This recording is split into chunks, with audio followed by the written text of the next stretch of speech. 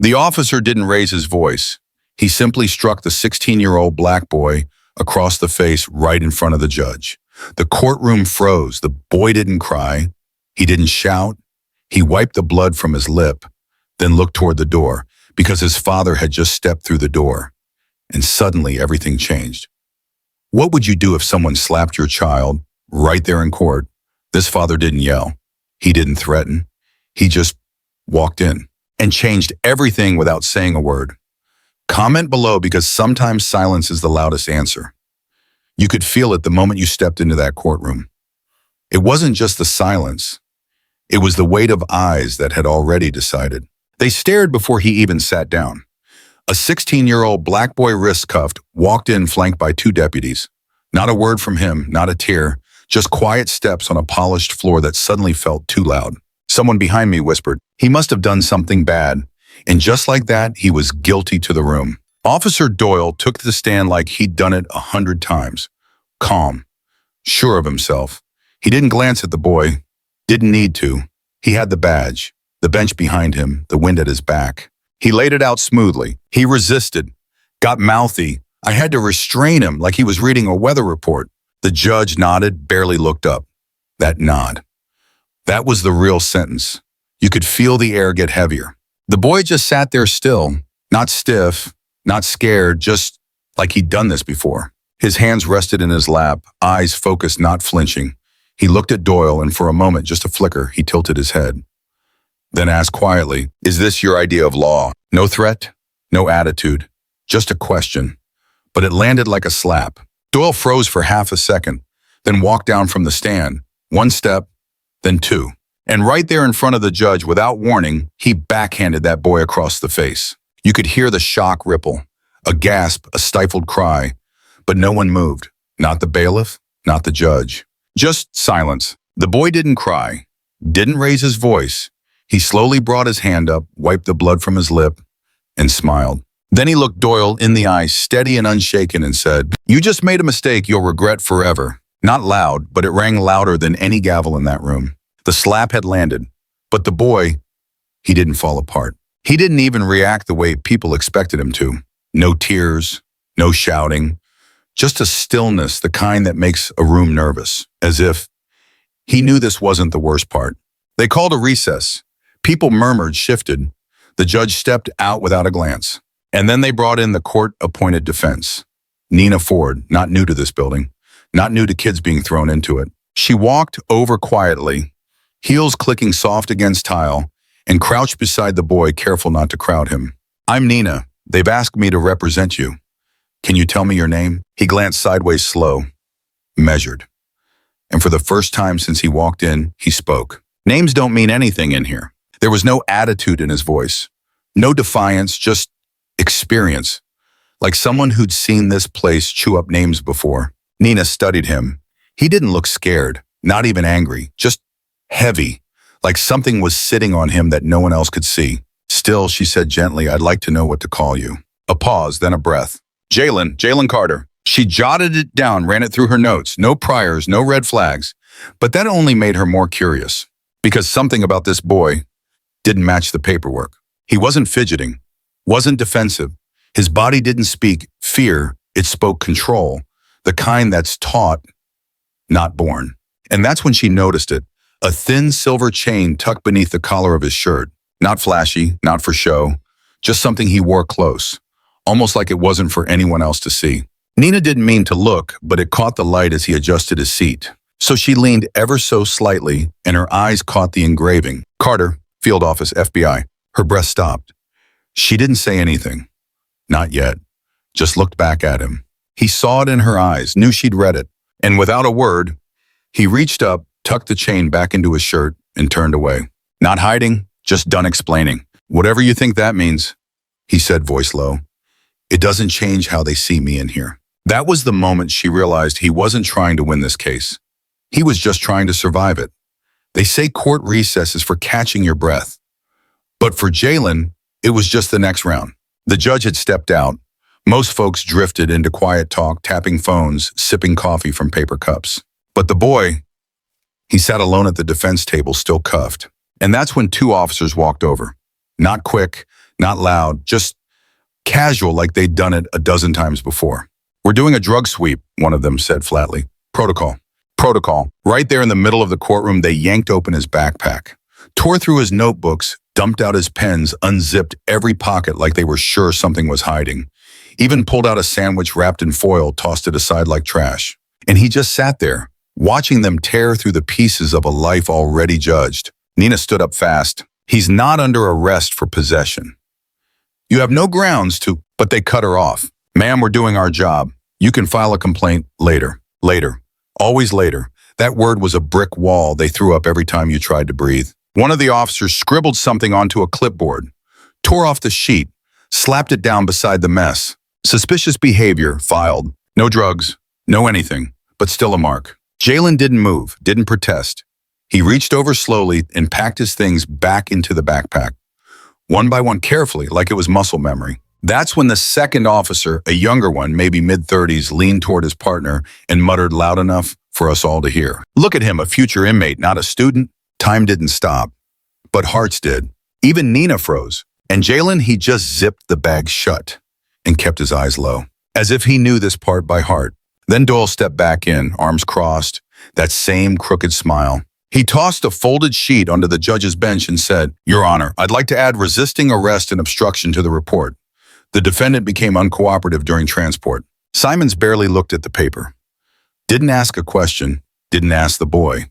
He simply adjusted his glasses and clicked his pen. "Charges noted, added to the docket." Just like that. And then he said it, so calm, so bureaucratic, like he was adding ketchup to an order that was already coming. Sometimes you have to treat them like what they'll become. The room didn't gasp this time, because they weren't surprised. Only sickened. Nina clenched her jaw. The boy didn't flinch. And I remember sitting there thinking, he wasn't just on trial, he was being told who he was allowed to become. By the time court resumed, Nina was ready. She'd been quiet through the last break, but anyone watching her could see something had shifted. Not fear, not panic, focus. She walked to the center of the courtroom with a flash drive in her hand, the way a surgeon might hold a scalpel. There was no trembling, no big speech. "Your Honor," she began, voice steady. "I have new evidence recorded from a civilian security camera on the corner of Darrow and 5th. The judge raised an eyebrow but didn't speak. "It shows the incident Officer Doyle described, and it tells a very different story." She handed the flash drive to the clerk, who plugged it into the court's monitor. The screen blinked. Then the footage played. It wasn't crystal clear, but it didn't have to be. There in the grainy video was Jaylen, standing between Officer Doyle and an elderly black man who looked terrified and confused. The man had a cane, moved slowly, was saying something inaudible but pleading. Doyle shoved him, hard. The man stumbled backward, and Jaylen, just a kid, caught him. He didn't throw a punch, didn't yell. He simply stood between them, holding out both arms like a human shield. That was it. And in that moment, you could feel the room stop breathing. Even a few jurors leaned forward. It was clear, too clear. Nina looked to the judge. "This footage contradicts Officer Doyle's sworn statement, and it shows that my client acted to prevent harm, not cause it." For a moment, it felt like something had cracked open. Like maybe today would be different. But then Judge Simons leaned back, removed his glasses, wiped them, and said without looking up, "Unverified footage. Dismissed. No explanation. No pause." Just like that, the truth was filed away as irrelevant. You could hear it, that sound a room makes when hope falls flat on the floor. Not a gasp, not a cry, just disappointment. Like watching someone bury a body they swore they'd protect. Nina stood frozen for half a second. But Doyle smiled, wider than he had all morning. "It's always not their fault," he said, "until they're in handcuffs." That was when Jaylen looked up. For the first time since that slap, he lifted his head and spoke. Quiet, not for show, but with weight. "You're not the first to bury the truth, but I might be the last to stay buried." The words didn't echo. They didn't need to. They just landed. And that was when it started.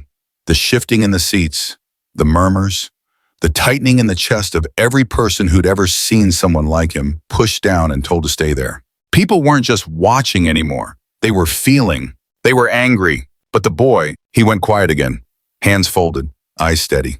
And for the first time, the courtroom wasn't judging him. It was watching him. After the footage was dismissed, Nina sat back down, But she didn't let it go. She kept her eyes on Jaylen, trying to read the silence he wore like a second skin. He hadn't looked angry, hadn't slouched, hadn't even blinked when the judge waved the truth away like dust on a windowsill. But something had shifted. You could feel it. Nina leaned toward him, not to push, just to let him know she was still there. That's when he slid a folded piece of paper toward her.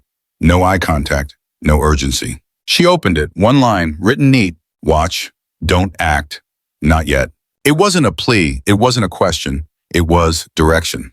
And for a split second, she wasn't sure who was defending whom. Then she noticed it the way he adjusted his sleeve, slow, deliberate, revealing the watch beneath. At first glance, nothing unusual, plain black band metal clasp digital face. But Nina had seen it before. Exactly that model, issued by the Bureau to family members of agents working in volatile assignments. One tap could send a signal, 2 taps could send more. She said nothing, just looked at him. And he didn't return the glance, just leaned back. Calm, still, like he knew exactly how much time was left on the clock. Somewhere in the back row, a man shifted in his seat. Not loudly, not nervously. He sat in the corner, a few rows behind the press box, dark suit, no tie back straight, hands clasped gently in front of him. His eyes never left Jaylen, not once. Most wouldn't notice him, but if you did, you'd realize something right away. He wasn't watching out of concern. He was watching like someone waiting for confirmation. Marcus Carter had just entered the story, but the room didn't know it yet. And the boy, he didn't look back. Didn't need to. Because silence when chosen is louder than any outburst. And sometimes staying still is how you prepare to turn everything. You could tell Doyle thought the courtroom was his again. He leaned back against the rail with that familiar smirk, the kind that came from knowing no one would stop him. Not here, not now, not with that badge. The video had been tossed, the truth buried again. And the boy still sitting there, still silent, still cuffed. So Doyle did what men like him always do when they think the story's done. He taunted. No one's here to save you, boy. He didn't shout it. Didn't need to. He said it with the kind of ease that meant he believed it. Believed it so deeply, he didn't even look around first. And for a heartbeat, he was right. Nobody moved. Not the judge, not the bailiff, not the crowd, until one chair scraped softly at the very back of the room. You could barely hear it, but the silence made it loud. A man stood, slow, composed, wearing a dark suit, no-tie clean white shirt, the kind of presence that doesn't announce itself, but takes over the room by existing. He walked down the aisle, not rushed, not hesitant, like he belonged there, like he knew exactly where this path led. Some folks turned, others stared, but the boy didn't move, not even to glance back, because he knew, he'd known. The man reached the front row, paused, then stepped into the open space between the gallery and the bar. And in a voice firm but low, so low it made everyone lean in, he said, "I am." Just 2 words. But they cut clean through the courtroom like a sharp wind through glass. Doyle blinked, stiffened, then straightened his shoulders, trying to hold on to whatever authority he thought he still had. But the man was already reaching into his jacket, pulled out a leather badge case, slow, intentional. He flipped it open. Gold glinted under the courtroom lights. Not loud, but final. Marcus Carter, Deputy Director, Federal Bureau of Investigation. The words hit like thunder, muffled in velvet. No shouting, no drama. Just truth presented plainly. There was a pause, not in the sentence, but in the air. A deep, stretched silence, like the room needed time to understand what it had just heard. Then it happened. One juror shifted, jaw clenched. A reporter dropped her pen. The court clerk looked up, confused, and the judge, he froze. Doyle didn't speak. His face said enough. Because in that moment, the balance tilted. Everything he'd built, the smirks, the power, the comfort, slipped. Marcus didn't look at him, not yet. He turned his gaze, slow, deliberate, to Judge Simons, eyes steady, shoulders squared.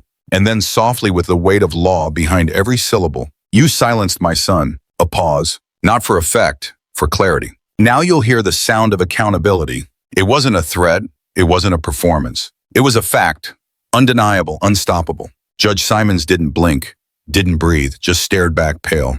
Jaylen turned slightly in his seat, still cuffed, still grounded. He looked over his shoulder, not surprised, not smug, and smiled, just a faint curl of the lips, a moment of softness beneath all that silence. Then, barely loud enough for Nina to hear, he said, "Told you someone would notice." No one else spoke, no one dared. Because for the first time since the boy had entered that room, he wasn't the one being watched anymore. The room was still reeling. But Marcus Carter didn't raise his voice. He didn't need to. He stepped forward slowly, each movement deliberate, not as a father pleading, but as a man who knew the weight of law and how to use it. "Your Honor," he said calmly, eyes locked on Simons, "I am formally requesting a special evidentiary hearing." There was a pause. You could feel it. Simons looked down at the bench, then back at Marcus, trying to keep composure. "On what grounds?" Marcus didn't blink. "On grounds of prosecutorial misconduct, judicial bias, and falsification of testimony by Officer Doyle." And just like that, the mood shifted. Nina stood, voice clear and precise. "Your Honor, we are submitting verified footage. It has been reviewed and authenticated by the Federal Bureau of Investigation. It confirms that my client, Jaylen Carter, intervened to prevent excessive force being used against an unarmed civilian." A hush fell over the room again as the screen lit up. Same video, but now with an official stamped time code and FBI watermark. You could see Doyle in the corner of the frame, shoving the old man. Jaylen stepping in, protecting. There was no mistaking it. And when the video ended, Marcus pulled out another folder, thicker, heavier. He handed it to the clerk. "These are internal affairs documents," he said.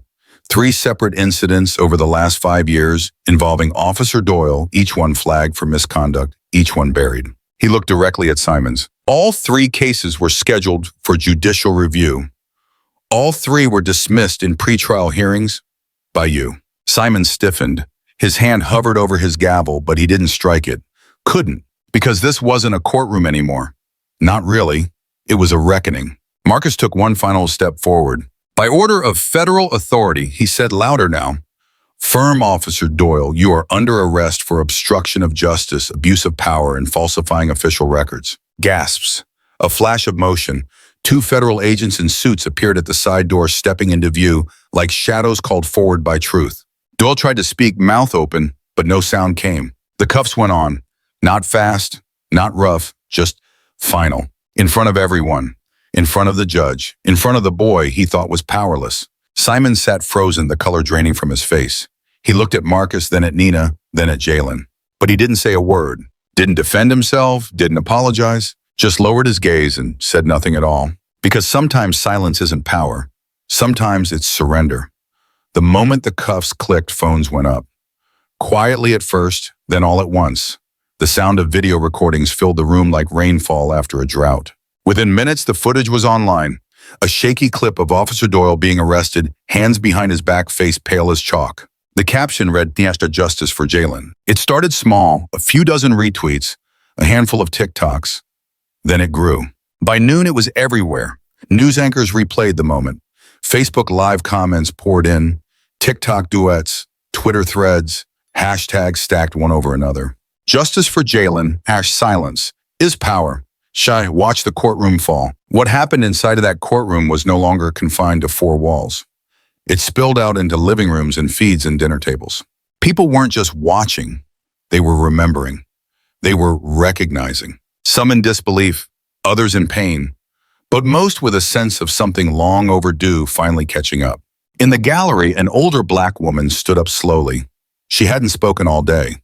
But now as agents led Doyle out in cuffs, she whispered under her breath. He didn't raise his voice, but his silence hit louder than any gavel. And she was right, because Jaylen didn't yell. He didn't beg. He just waited. And when the truth showed up, he met it like he'd been expecting it the whole time. That clip of him smiling right before the arrest, that smile became a symbol.